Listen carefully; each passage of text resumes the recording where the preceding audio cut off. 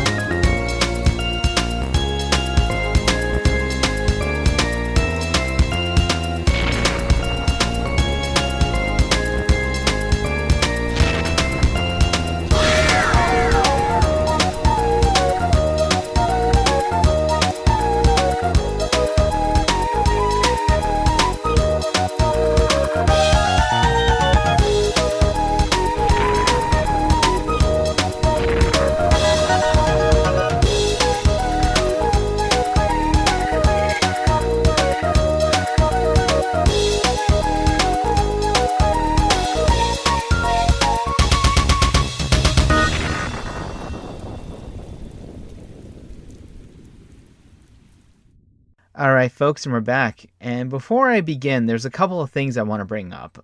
Firstly, it was confirmed by Forever Entertainment that they are in fact remaking House of the Dead 1 and 2. When I recorded that segment on the last week's episode, it was only sort of mentioned by one source, and that was it, and it hadn't really been confirmed by Forever Entertainment, but now they've actually released a tweet saying that they will in fact be remaking both games.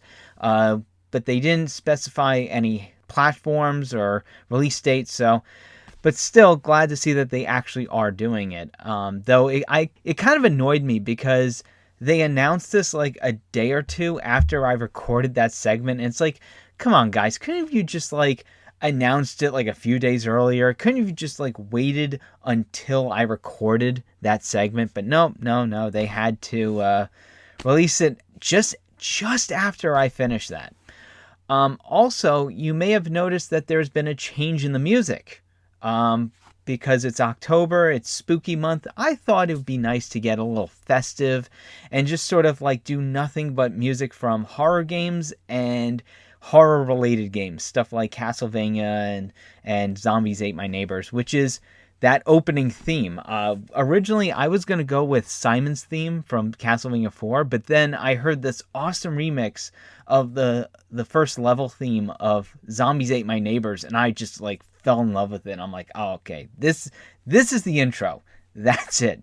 So, yeah, I like to get festive when it comes to Halloween. Watch a lot of horror movies, play a lot of horror games.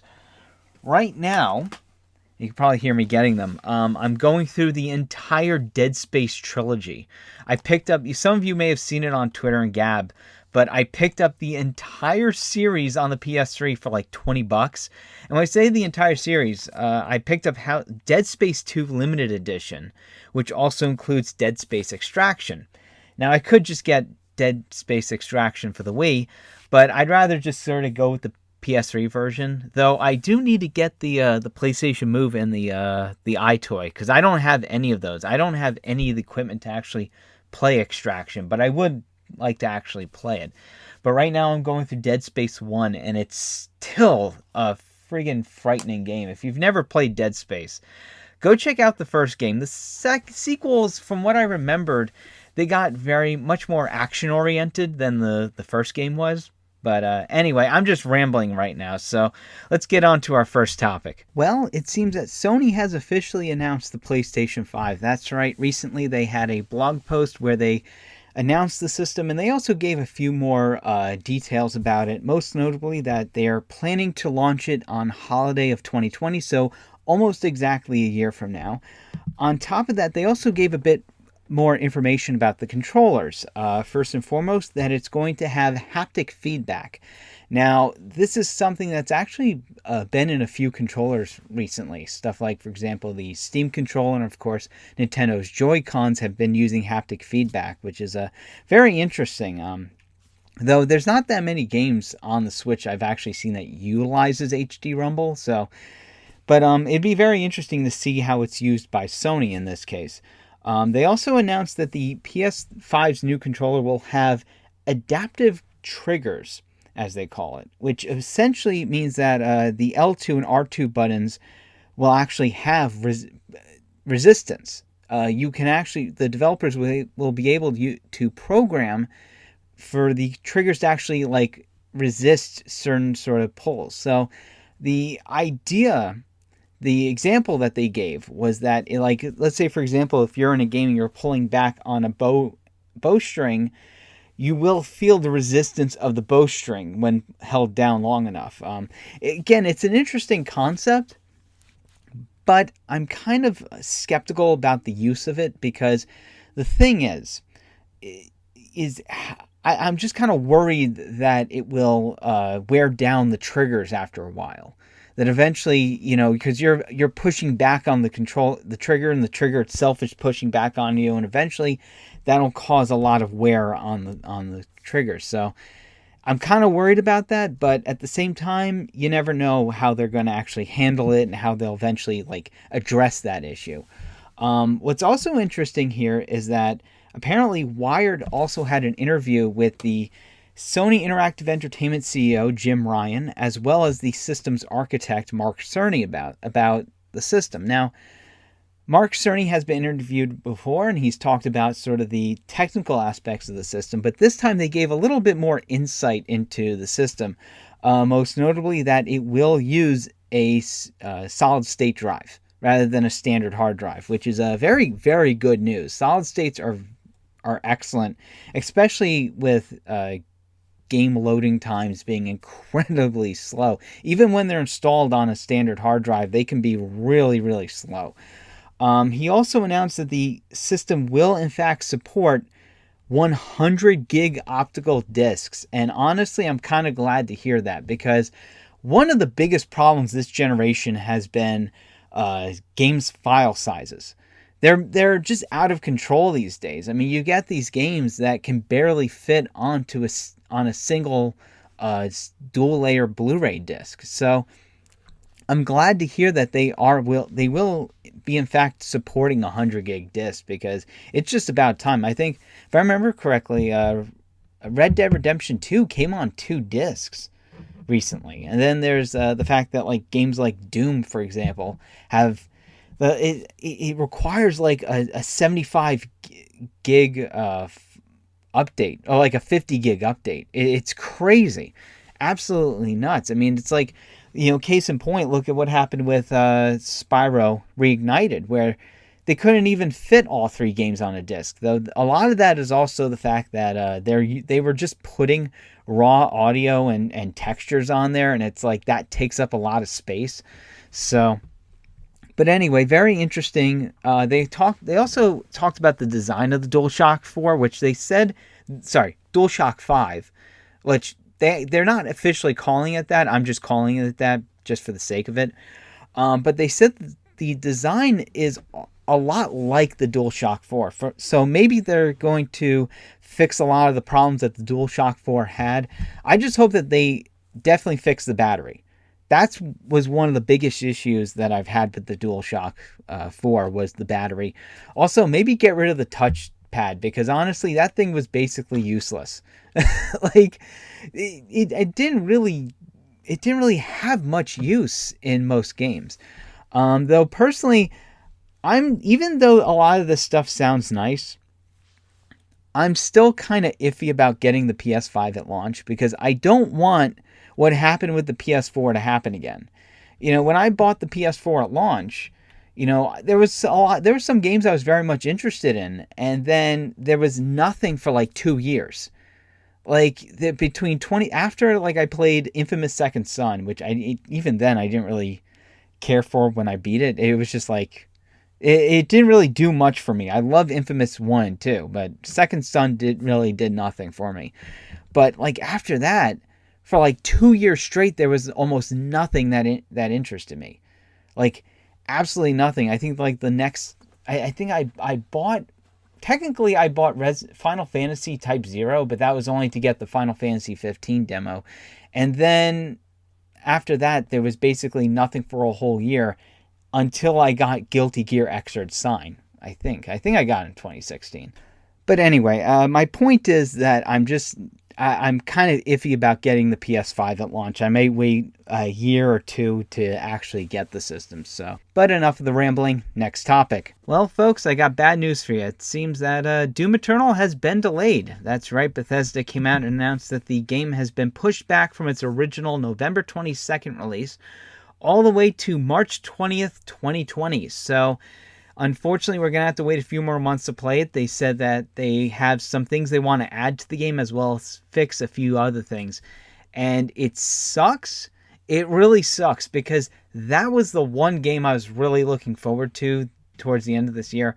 Okay, maybe not just that. That plus also Pokemon Sword and Shield. But it's a real damn shame to hear that it's been pushed back till March. On the other hand, it's at least they're delaying it rather than coming out with a game that doesn't meet their satisfaction. As Shigeru Miyamoto once said, a delayed game is eventually good, but a bad game is bad forever. The good thing, though, is that they've also pushed back the release of Doom 64 to release the same day as well, and that if you actually pre-order Doom Eternal, you do get Doom 64 for free. So, hey, at least they're throwing a freebie in there. Of course, the funny thing about this is that that's actually the same day as Animal Crossing New Horizons. So, hey, you get one of the most violent, brutal games of the year coming out the same day as one of the most calm and docile games of the year as well. So, it's just sort of yin and yang are coming out the exact same day. It's just kind of funny that way. But anyway, folks, I'm going to take a short break and we'll be right back after this.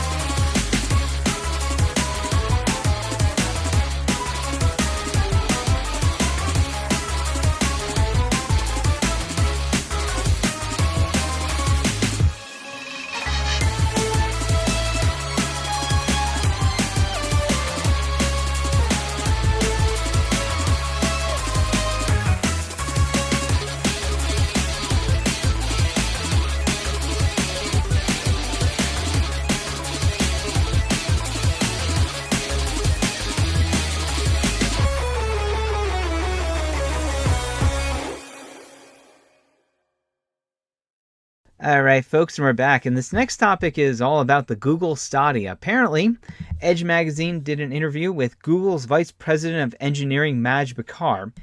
And apparently, he's claiming that Google will have fixed the latency issue of streaming services. He says, and I quote, "Ultimately, we think in a year or two, we'll have games that are more running faster and feel more responsive in the cloud than they do locally, regardless of how powerful the local machine is." Bullshit. I am totally calling bullshit on that, because here's the thing, folks. Okay, latency is always going to be a problem. Lag is always going to be there, no matter what. Like, trust me, Sony has tried to fix this problem on PlayStation Now, and no matter what they've done, it's always been an issue. Okay? But on top of that, it's not just simply the service itself, it's also the user's internet that can be an issue. Here's the thing, okay? It may work for places like, LA or New York City, where internet speeds are much more faster. But let's say, for example, you're in the middle of the country, okay? And speeds aren't that fast. Hell, there are places in the US that are still using dial-up and 56K modems, all right? Do you seriously think they're not going to have an issue? Of course they're going to have an issue. This is my problem with streaming services in general. And it's why I prefer having an actual game system over a streaming service. Because let's say, for example, you go to a place that doesn't have as good internet as where you're usually used to. Guess what? You're screwed. You can't play your game. I totally don't buy Google's bullshit on this. I seriously don't believe them. I don't think that they'll ever fix this issue. Even no matter how much they try, it will always be a problem. Okay? I mean, hell, they had a press event a few months ago, and you could clearly see that there was lag issues, even at a press event. It was slower than a Neo Geo CD, and yet they expect us to believe that they'll have this issue fixed in 2 years? I don't think so. I don't buy that one bit, and neither should you. Anyway, next topic. Okay, this next one's actually pretty cool. Apparently, Capcom has announced a brand new Mega Man box set for the Nintendo Switch. It's called the Mega Man and Mega Man X 5-in-1 Special Box. And it's a set that includes Mega Man Legacy Collection 1 and 2, Mega Man X Legacy Collection 1 and 2, and Mega Man 11, plus a Mega Man 11 book and a 30th anniversary lithograph. And honestly, it looks really awesome. If I didn't already own all these games, I would totally be up for this. Apparently, it's coming out on December 19th for 10,989 yen, which is $101.26 in US dollars. And I gotta say, like I said, if I didn't already own all these games, I would totally be up for this. And if you don't, I think you definitely should check it out. It's pretty awesome that they're actually including all the Mega Man X games, though. Of course, it's going to be missing one game in a few months, and that's the Zero ZX Legacy Collection, which is coming out on January 21st.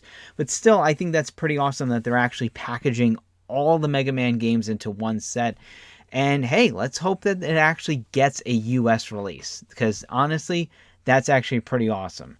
Anyway, next topic. And last but not least, we've got some very bad news. It seems that on the exact same day that Sony announced the PlayStation 5, they laid off a whole bunch of their UK employees. Apparently, several American PlayStation executives showed up at their UK offices and basically announced that the company is going through a restructuring and that unfortunately many of them will be laid off. Now, what's interesting is that this actually somewhat confirms what I was talking about last week regarding Sony going through restructuring and people leaving the company. There's also some speculation that Sony is going to centralize all the worldwide branches squarely at their California offices. And honestly, that doesn't surprise me. Sony has been doing this quite a lot lately. For example, you have a lot of Japanese game developers who have talked about their frustrations with Sony and how basically the only people they could speak to are Americans who don't know any Japanese and have no translators. And so they have to pay someone in Japan to actually translate it. And it's a whole mess right now. But anyway, I feel sorry for the people who lost their jobs, and I just hope that they find something very, very soon. But anyway, folks, I'm going to take a short break, and we'll be right back after this.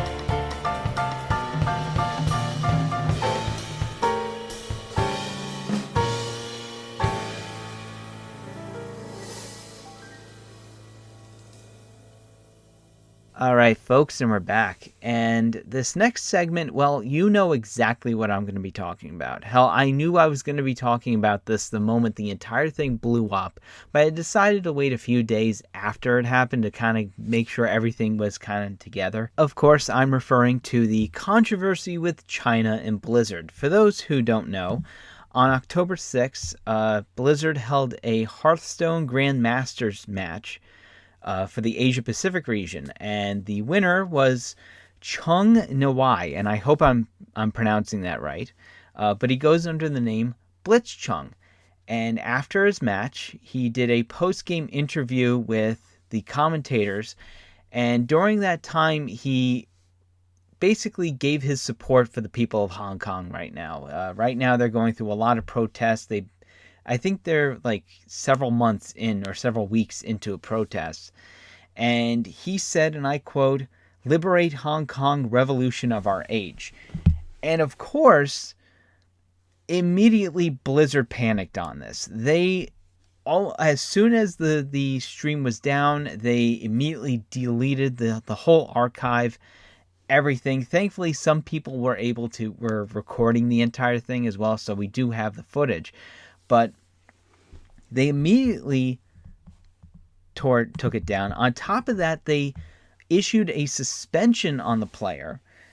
Initially, it was 12 months. 12-month suspension from any competitive play.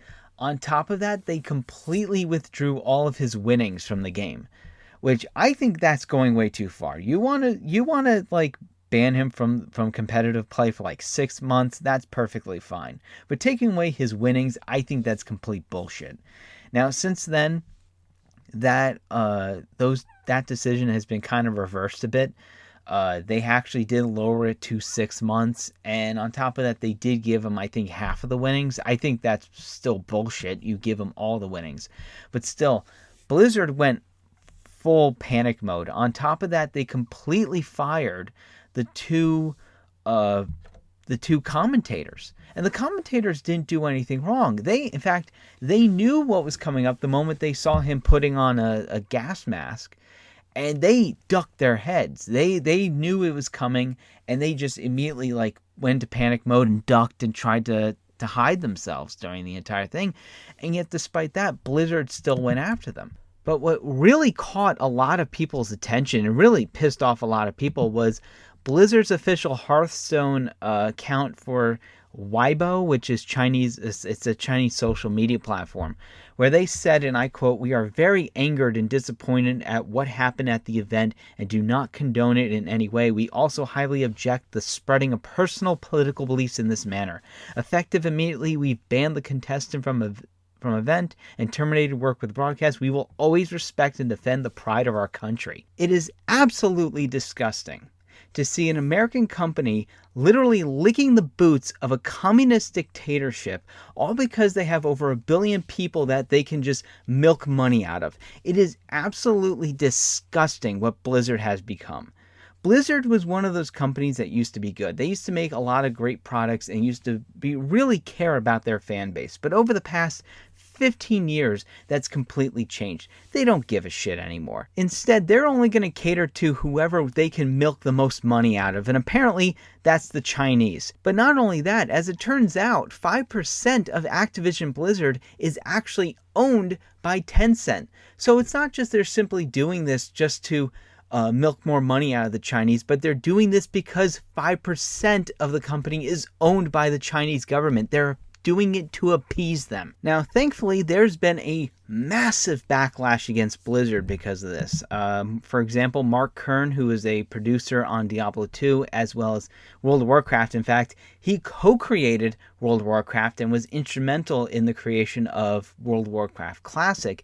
He's completely condemned Blizzard for these actions. But of course, it's not just Mark Kern who's voiced his disgust about this. Several employees actually staged a walkout on October 8th in front of the orc statue at their headquarters. In fact, what's interesting is that around the orc statue are all these little sayings. One said, "Think globally," and the other one says, "Everyone has a voice." And these employees in protest covered those up with paper.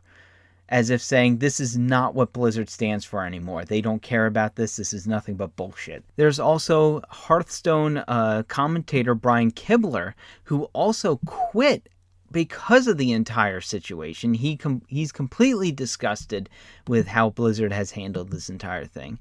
And then there's, of course, Overwatch esports assistant coach Justin Conroy, who tweeted out his disgust with Blizzard over the whole thing. Unfortunately, he was forced to delete it by Blizzard. But I gotta say, all these people, I completely commend them for actually coming out and speaking out against Blizzard on this, because that takes a lot of balls, especially if you're an employee of said company. Now, after several days of trending on Twitter and causing a lot of controversy, of course, Blizzard had to release an official statement, and oh boy, they did. What's interesting is that it's very weird. The entire statement is incredibly weird because there's some areas that are indented and it looks like they just copy and pasted it from somewhere else. What was also interesting was that the date on it says October 12th, but the thing is, it was actually posted on October 11th. The only place in the world where it was October 12th when it was posted was, of course, China. So a lot of people are speculating that this entire thing was written in China. But the one part that really caught my attention, because I'm not going to read the entire thing. It's way too long. But the one part that really caught my attention and really made me laugh was this one section of it where he says, They say, the specific views expressed by Blitzchung were not a factor in the decision we made. I want to be clear. Our relationship in China had no influence in our decision. Bull fucking shit. Are you kidding me, Blizzard? You expect me to buy this bullshit? Oh yeah, the fact that one of our players who criticized the country that's also one of our shareholders totally did not have a factor in it. Bullshit, Blizzard. That is total crap. You know it's crap. Don't fucking lie to us. And everyone believes the exact same thing. Within an hour of this entire post, there were over 2,000 comments of people saying the exact same thing I just said. It's bullshit, and we know it's bullshit. The good thing is that people are sticking it to Blizzard, because many have already asked Blizzard for account deletions, including myself. I was able to successfully request my account to be completely deleted. I did it without actually submitting any photo ID because I already had the authenticator set up. I think you only have to do that if you don't have the authenticator app. So what's also interesting is that the Hong Kong protesters are sticking it to Blizzard as well.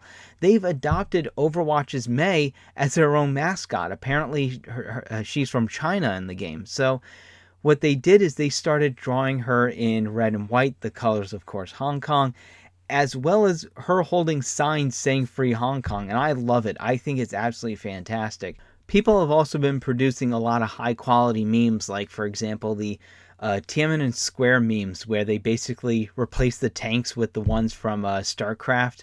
And, of course, the one that you see in the thumbnail where it's literally the Chinese flag with the Blizzard logo in it. And I think it's absolutely great that people are sticking it to Blizzard this way. As for my own personal opinion, honestly, fuck Blizzard. I'm done with those motherfuckers. Look, Blizzard used to be awesome. I used to love those people. They're the reason why I got into PC gaming. You know, I had a friend who used to burn CDRs with games like StarCraft and Warcraft 3 to me, and I used to play those games a lot. I love them. I still love them. But you know what? That Blizzard is dead. That Blizzard has been dead for over 15 years, and there is no way in hell they're ever coming back. Post-World of Warcraft Blizzard has been absolute shit. Okay? And it's heartbreaking. It really is hard to see Blizzard turn into the company it is today.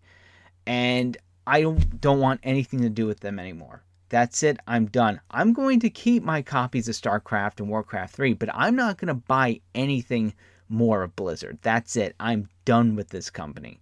they can go to hell for all I care. And in fact, you know what? Any company that kowtows to a communist dictatorship like China can go straight to hell. In fact, let me be quite frank. Anyone who supports Marxism can go to hell.